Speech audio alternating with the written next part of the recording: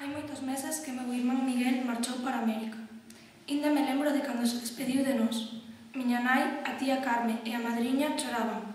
Meu pai estaba serio como un pote. Nin báguas nin risadas, os homes son homes. O padriño non quixo ir. A Celia, que está servindo en loxo, mandámoslle recado, pero non a deixaron vir os señores. Eu estaba no medio de todos. Ninguén facía caso de min.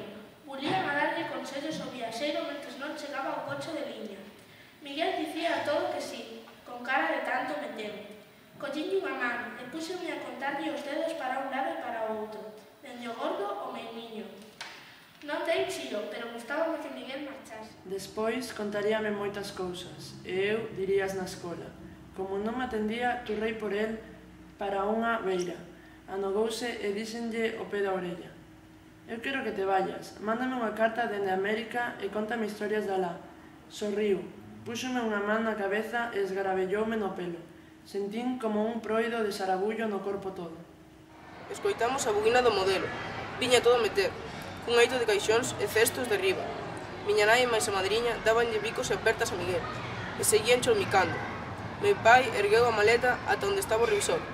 Unha maleta noviña, feita polo carpinteiro de Quintala. Despois apertou contra sí un instante ao meu irmán. Antes de meterse no coche, Miguel colleume polo pescozo, deu un bico na cara e a burba albino fuxiu como o lostra. Eu quedei feito un papón, non souben dicir nin facer nada. Arrincou o xeitiniño modelo. Miguel axexaba para nós mentres amaneaba un pano da man. Deixes de ir á misa, berroulle a madriña. Deus te acompañe, non te botes a perder, dixo a miña nai mentres enxugaba as bágoas. E a tía Carme guindoulle o seu derradeiro consello, que non entendín ben.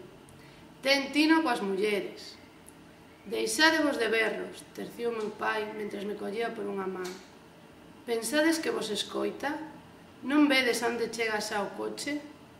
O modelo corría, semellaba unha nube voando a rente do chan, por entre os piñeiros, por entre as viñas. Miguel ia adentro. Pasaba o tempo e non viña a carta. Miña nai rezaba día e noite e ofreceulle unha vela á Virxe do Carme para que non se afundise o barco onde o meu irmán viaxaba. Ata que un día a carta chegou. Miguel estaba ben, traballaba na tenda do tío Xaquín. Vestía de cote con roupa de garda e zapatos. Ademais, folgaba os sábados pola tarde. Andaba nun coche de liña e comía pan trigo, queixo e con pan todos os días. Eso sí que era vida. Cando medre, voume para América, dixe. E meu pai atallou. Cando medres, deprenderás un oficio e farás por vida aquí, sen andar batendo o zoco polo mundo adiante. E logo Miguel? Miguel xa está, e con un fora abonda. Eu pesei no pan trigo, no queixo, na roupa boa. Dis que se pasa 9 días sen ver terra. Lavais ca auga día e noite.